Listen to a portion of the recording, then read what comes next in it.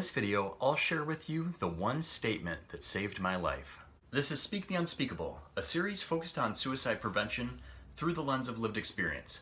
My name is Scott Teichmer. I'm a suicide preventionist and a suicide attempt survivor. So in my previous video entitled Why I Started a Suicide Attempt Survivor Support Group, I mentioned that my hospitalization really didn't do that much to change the trajectory of my hopelessness and depression. Amidst that experience of confinement, of having my agency taken from me, and my freedom of movement restricted, there were some humanizing moments that occurred while I was there.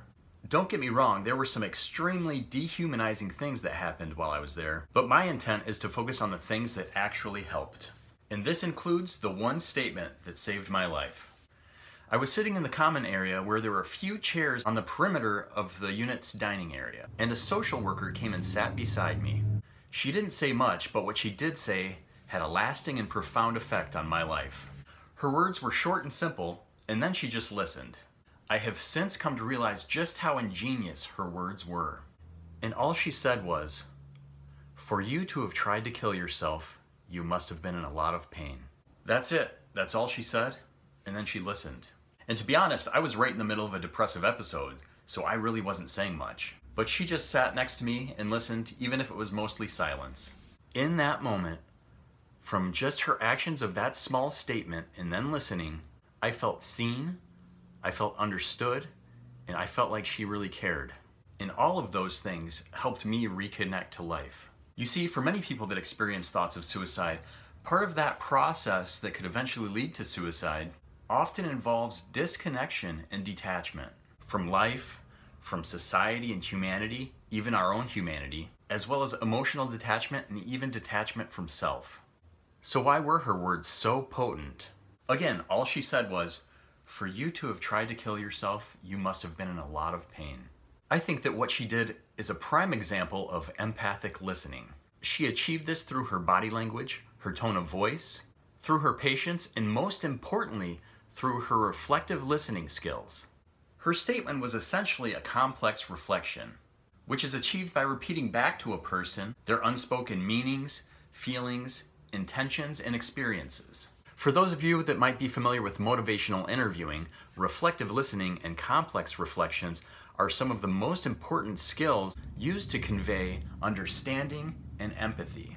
So I was eventually discharged with essentially the same challenges and struggles that I had when I was admitted. In fact, I think it's important to note that suicide rates and rates of attempt are actually highest in the first month following hospitalization.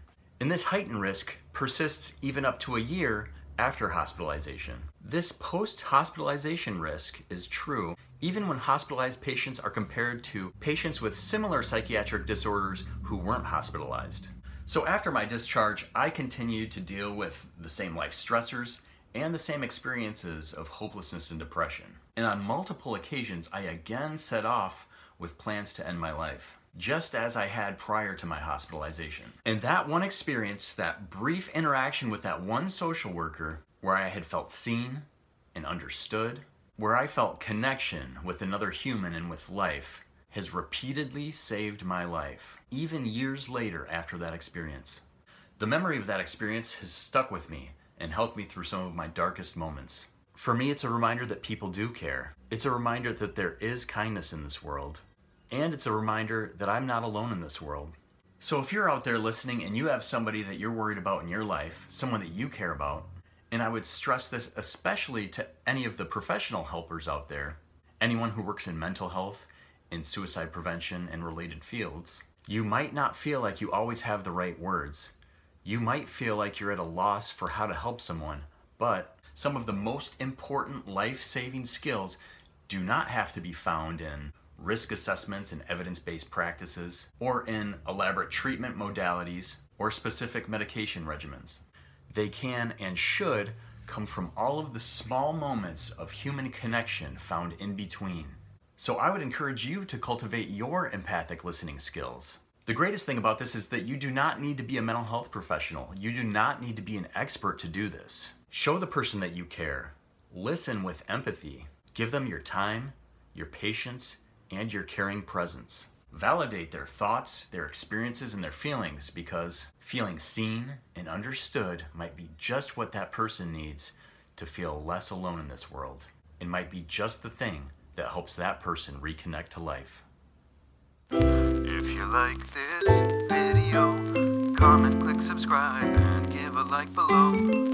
Take a deep breath, now let it out. Roll your shoulders back and hold your head up high. Speak